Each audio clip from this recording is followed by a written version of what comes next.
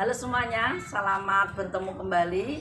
Salam kemepiar, tetap sehat dan penuh sukacita. Pemirsa, pada kesempatan ini saya mendapatkan kesempatan yang sangat luar biasa bisa bertemu, berbincang hangat nanti bersama seseorang yang sangat fenomenal, seorang petani pisang yang sudah go internasional, yaitu Mbah Lasio. Banyak kalangan yang menyebutnya sebagai seorang profesor pisang.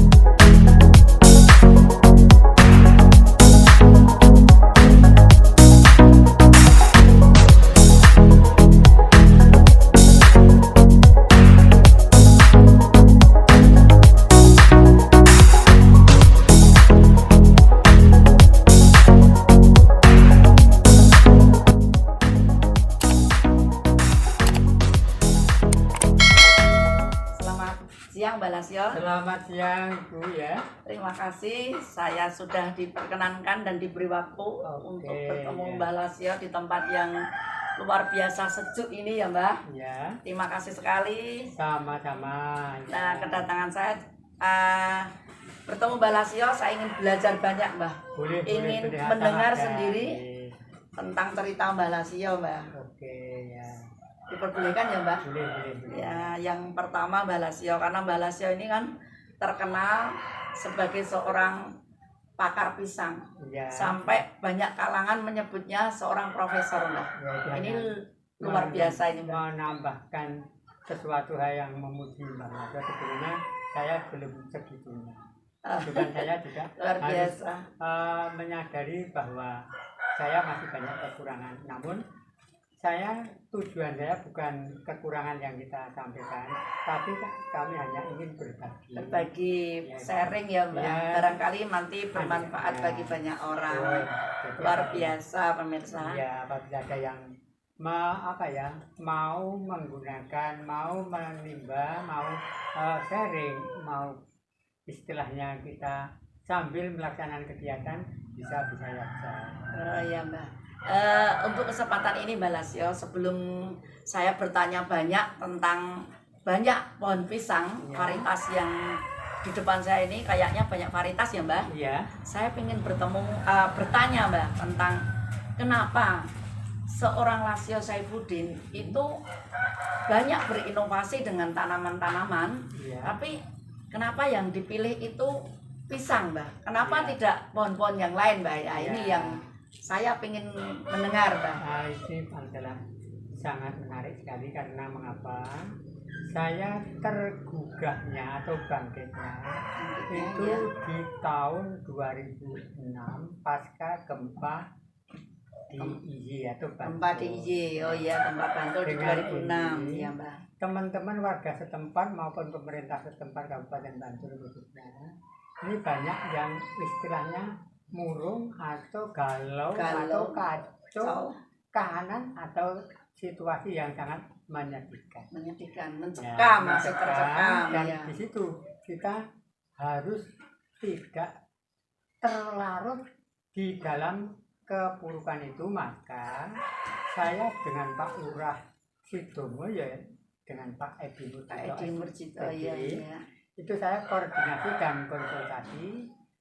Mengapa saya mempunyai ide pisang, yaitu saya sampaikan kepada beliau Pak Lurah. Pertama, menanam pisang adalah mudah. Menanam pisang adalah mudah, itu yang pertama. Kedua kalinya bibit murah. Bibit murah. Ya, terus di lingkungan kita banyak. Tinggal kita menata dan mengelola. Karena apapun kalau tidak ditata dan tidak dikelola, itu hasilnya kurang begitu ideal atau belum bisa dikatakan menjadi hasil yang baik seperti harapan kita ya. Mbak. Oh iya. Maka dari itu saya sampai menyampaikan kepada Pak Lurah bahwa untuk menggugah warga masyarakat yang ada di lingkungan kita, utamanya Sidomuyo, maka ini saya mempunyai ide menanam pisang.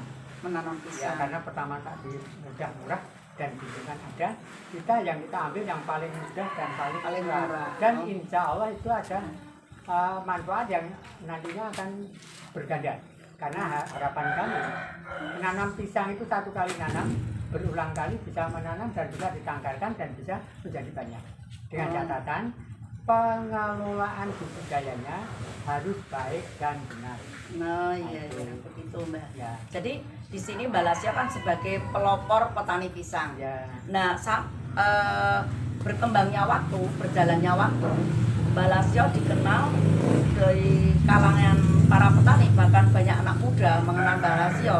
Sampai Mbak Lasio dijuluki Profesor Pisang itu kan karena banyak inovasi Mbak Lasio. Ya, Saya baca-baca, saya mendengar Mbak Lasio itu dalam berinovasi itu menemukan varietas-varietas baru atau berinovasi bagaimana memelihara pisang dari pemilihan bibit sampai pemeliharaan, ya. pemupukan dan sampai pasca panen. Kan begitu Mbak. Betul. Mohon diceritakan Mbak Lasio. Oke. Kalau inovasi varietas ini saya belum bisa. Belum bisa. Tapi berarti inovasi penggandaan atau penilangan pisang memang belum bisa. Tetapi ya. inovasi saya di dalam budidaya dengan catatan yang kita amati dan kita laksanakan, menurut saya itu lebih pas bila sesuai dengan cara apa yang kita laksanakan, yaitu pertama, mau menanam pisang, bibit pisang, itu pertama adalah kita harus menggali lubang. Betul. Dan idealnya lubang itu kalau Mbak Lasio, kalau di sawah cukup 20 cm saja, bahkan malah tidak perlu diduga, langsung diletak, langsung tumbuh. Tapi kalau di pekarangan itu bisa 30-30 atau 40-40 cm bibit untuk di lubang. Setelah itu kita biasanya itu bila mau menanam pisang di lubangan itu dikasih pupuk, didasari pupuk. Padahal setelah kita mengamati pupuk yang di bawah, yang di dasar itu yang nantinya akan ditanami pisang, ini akan ada kerugian atau kehilangan 40% pupuk yang tidak terserap.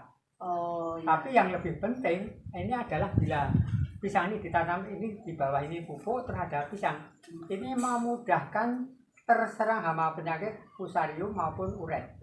Karena bonggolnya yang di sini ini mepet dengan pupuk, akhirnya merah-merah itu bonggol, akhirnya kena virus. Ya, maka bila kita nanam pupuknya di dasar itu 2-3 kali tanaman sudah akan musnah karena ya. busuk Ya, terserang hama. Iya. Terus begitu yang Mbak.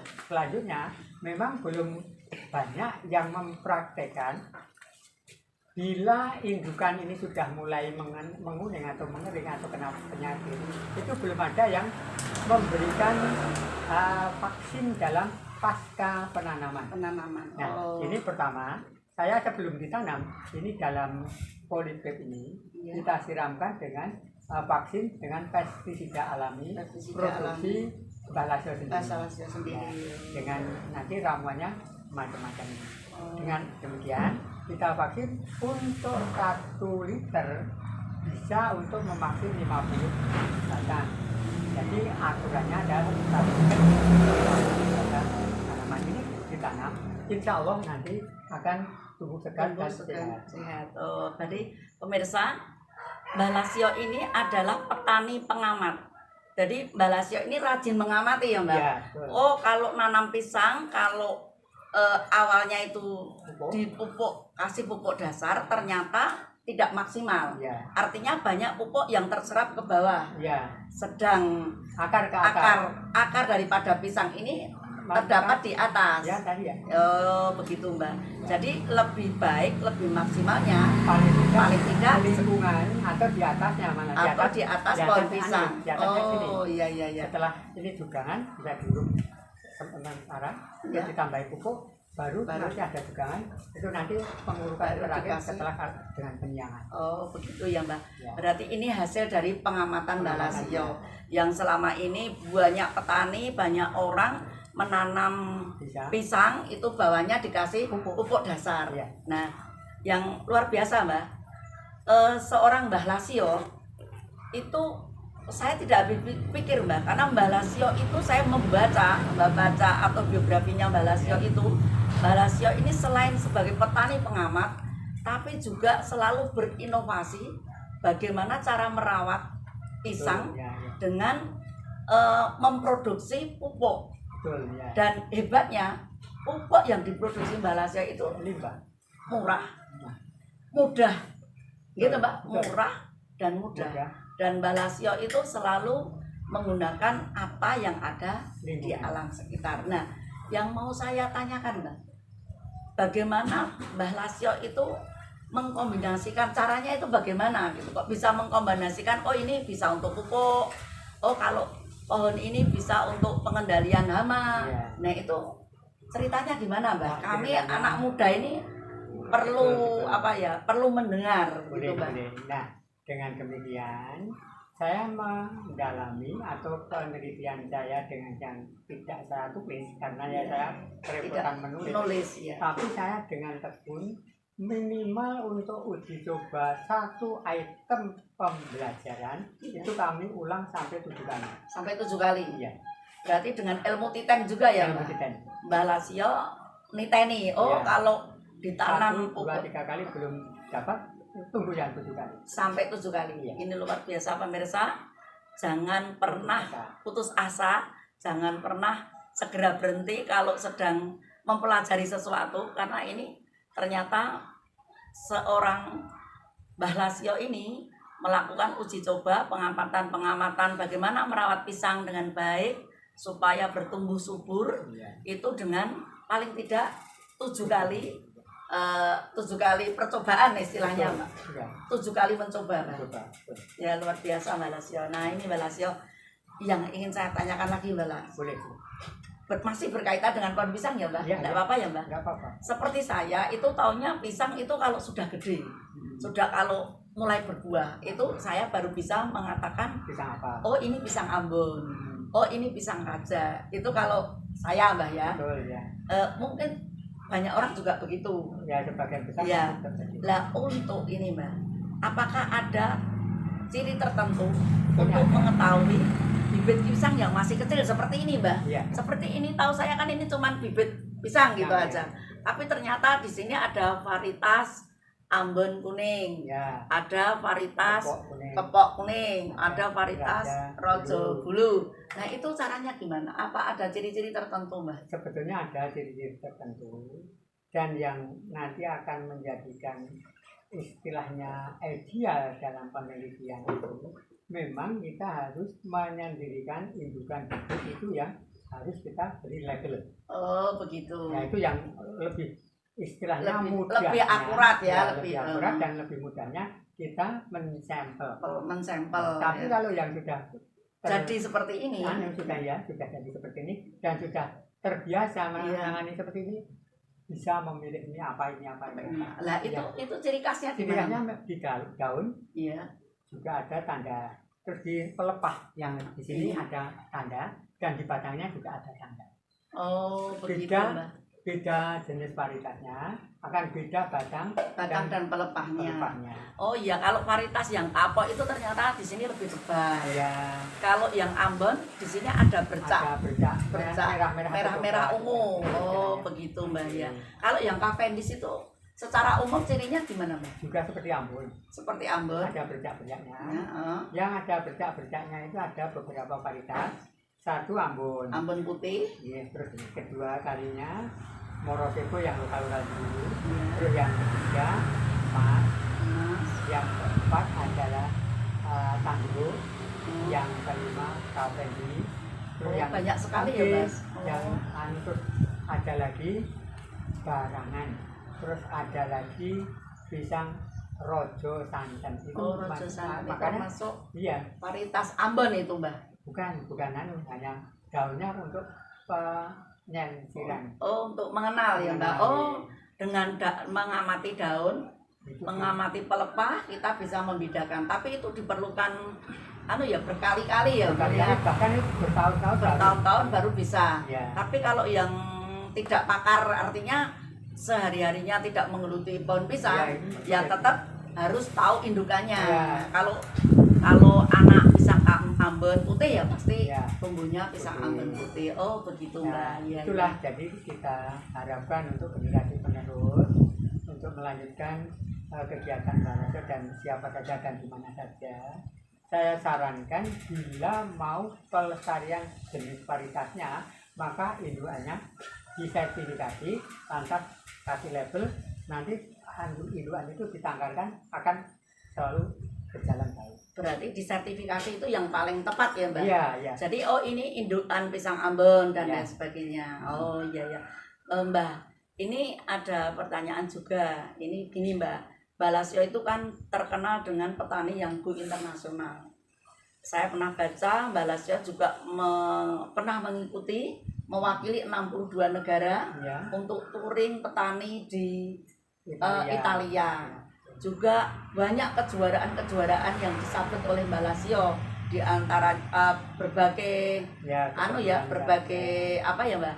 Kejuaraan lah itu apa saja Mbak? ya itu karena pertama kejuaraan itu bukan hanya dari saya, tapi dari dukungan berbagai lapisan masyarakat maupun pemerintah maupun dinas yang lain, karena Dinas itu yang adalah- terkait, ya, Mbak. dinas yang terkait adalah menggambarkan dan memberikan masukan-masukan sehingga kita bisa terangkat.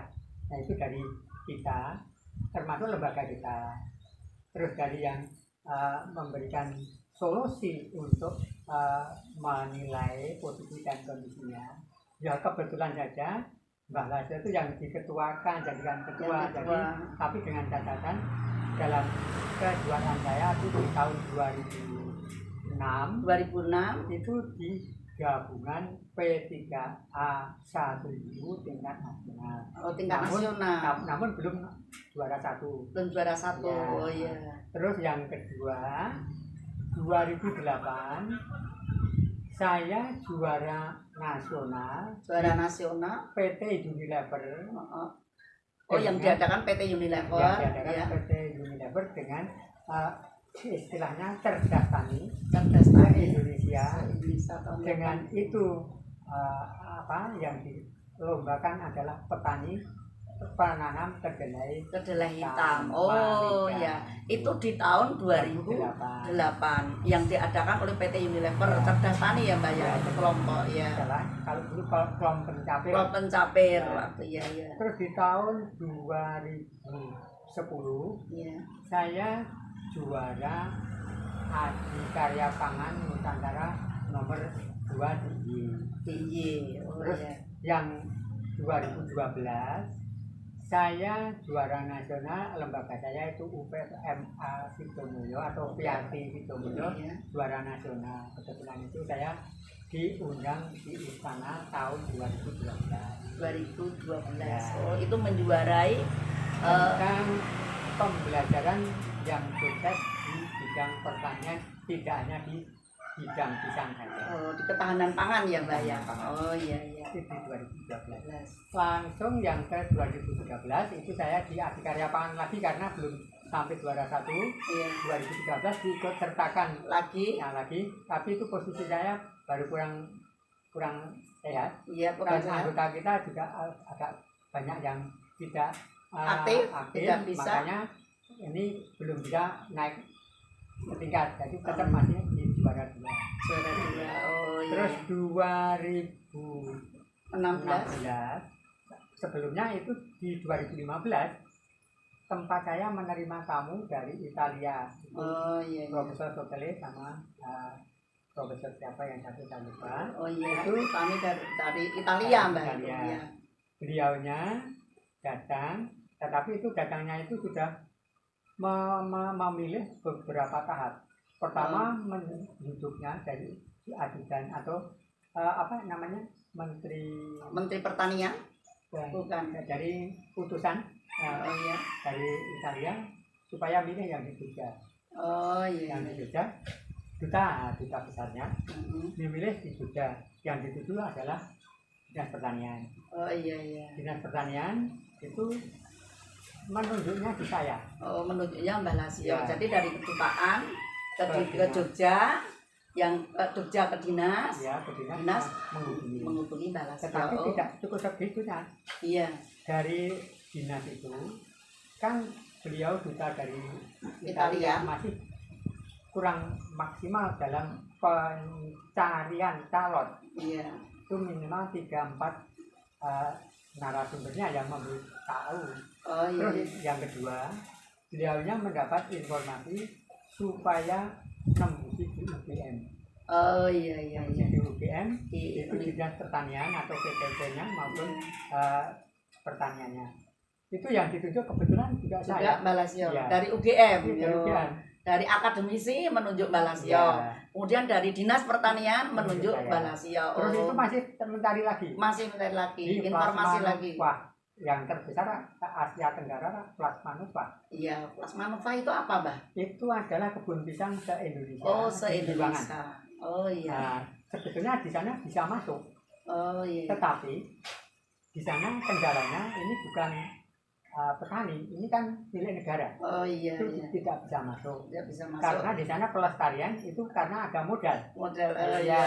Oh. Terus kalau orang yang dicari adalah seorang mandiri. petani mandiri Ya, itu. yang inovatif Terus dan di- kreatif. Betul. Terus itu di Plasma Nova menunjuk saya Oh, juga. juga Jadi menunjuk. sudah di tanggal 15 April tahun 2015 kunjungan ke sini. Oh. Terus yang diundang-undang itu saya udah begini semua. Oh, begitu. Dinas pertanian, Plasma Nova, termasuk dari UGM. Saya Dari minta UGM. kedatangan. Oh iya iya. Nah, ini semuanya memberi masukan dan suka dan senang. Nah, artinya mengapresiasi Mbak Lasio, Ya, dorong iya. supaya yang maju ke sana, yang dipilih oleh duta Italia adalah Mbak Lasio. Ini luar biasa Mbak Lasio, hebat. Pokoknya di usia Mbak Lasio yang tidak Senja. muda. Nah, ini Ya. Mbak Lasio itu sangat apa ya? Sangat mempunyai kontribusi untuk pengembangan pangan lokal, Mbak. Insya Allah. Saya juga melihat banyak mahasiswa yang sering datang ke sini Iya, ini. melakukan ada yang skripsi, ada yang pelatihan, iya ada pelatihan, ada penelitian, bahkan yang kemarin kepengen lomba foto Ya. juga mengajak Mbak Lasio itu luar biasa, seperti dosen panggilan aja Mbak Lasio ini. Alhamdulillah, saya bersyukur. Saya juga terima Sedikit- kasih Mbak Lasio sedikit ini. banyak ada orang-orang yang mempercayai walaupun seadanya saya sampaikan dengan ikhlas, saya tetap senang. Dengan demikian memang tadi yang ditanyakan tentang mengapa pisang. Iya. Pisang itu adalah filosofinya adalah pitedai gesang. Pisang itu pitedai gesang. Nah, Kalau ya, bahasa Indonesia apa ya, Mbak? Pitedai gesang Pitedai itu gesang penuntunan hidup, petunjuk hidup. petunjuk hidup. Oh iya. Makanya petunjuk hidup itu kalau tidak kita laksanakan tentunya tidak akan sampai. Oh iya. Ya, makanya kemarin saya sampaikan bahwa di lain waktu dan lain kesempatan saya sampaikan bahwa kita melaksanakan kegiatan apa saja yang namanya pisang adalah kedai pisang petunjuk hidup harus melihat dulu, Melihat, harus memahami dan dan melaksanakan. yang terkenal dengan 3M itu ya Mbak. Ya, tidak Luar biasa. Melihat, Iya iya. memahami, melaksanakan, dan itu akan lebih cepat sukses bila kita mempunyai modal, yaitu kemarin yang kita sampaikan di mana-mana Nah iya. itu kita sampaikan adalah memegang atau memelihara tuyul. Tuyul. Nah, itu yang Tuyul ya, memegang dan memelihara tuyul ya, itu bisa membuat orang sukses. orang sukses. Tapi tuyul di sini adalah huruf bermakna toh Mbak. Ya, betul. Iya iya iya. T adalah T-nya TUYUL. iya, T itu takwa takwa. kepada negara maupun agama. Nah, iya. Usaha yang betul, benar, dan tidak hanya asal usaha. Iya. Dan yang ini adalah kita yakin bahwa usaha itu tidak akan sia-sia bila kita tekuni. Pasti akan ada hasilnya. Ada hasilnya. Ya. Terus yang kedua, Kalau bahasa Indonesianya konsisten. konsisten Ya. atau oral legality. Oral legality Ya. ya. Terus yang kedua adalah ulet, inovatif, kreatif, informatif, dan kita harus yang positif. Positif. Jadi tidak ketinggalan zaman, selalu membuka diri untuk berkembang, belajar, ya inovatifnya itu ya Mbak ya. Seperti Mbak Lasio itu kan kreatif dan inovatif. Milenial juga Mbak Lasio ini karena sudah wah luar biasa pokoknya Mbak Lasio itu. Ya. Kalau yang L yang adalah lincah. Lincah. Kita jangan hanya terus sampai di produk sampai di situ saja, tapi kita harus informasikan atau lewat sekarang kan mudah untuk promosi. Oh istilahnya marketing sudah lewat online ya Mbak. Ya. Oh. Jadi kita harus lincah. Lincah. Kalau kurang lincah tentunya tidak ada orang beli sekarang. Kalau tidak mendatangkan hasil. Kalau sudah diinformasikan tentunya di mana walaupun jauh tetap dikejar, dicari, dibeli. Ya, terima kasih sekali Mbak Lasio. Ini pertanyaan penutup Mbak. Ya. Jadi setelah saya melihat Mbak Lasio itu menekuni pohon pisang, kemudian apa yang diketahui, apa yang diteliti oleh Mbak Lasio, itu kemudian Mbak Lasio dengan ikhlas, dengan sukarela men-sharingkan banyak orang. Itu tentunya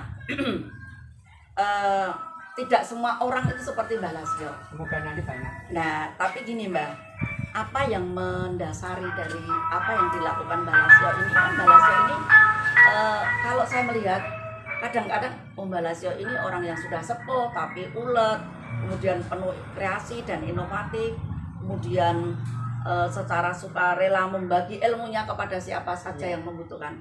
Itu kalau saya melihat itu Mbak Lasio itu seperti orang yang sudah selesai dengan hidupnya, kan begitu Mbak. Nah ini ada sesuatu apa Mbak, pepatah atau sepatah kata atau kalimat yang membuat pemirsa semua atau siapapun itu menjadikan oh ini toh yang mendasari Mbah Lasio berbuat seperti ini. Nah itu apa Mbak?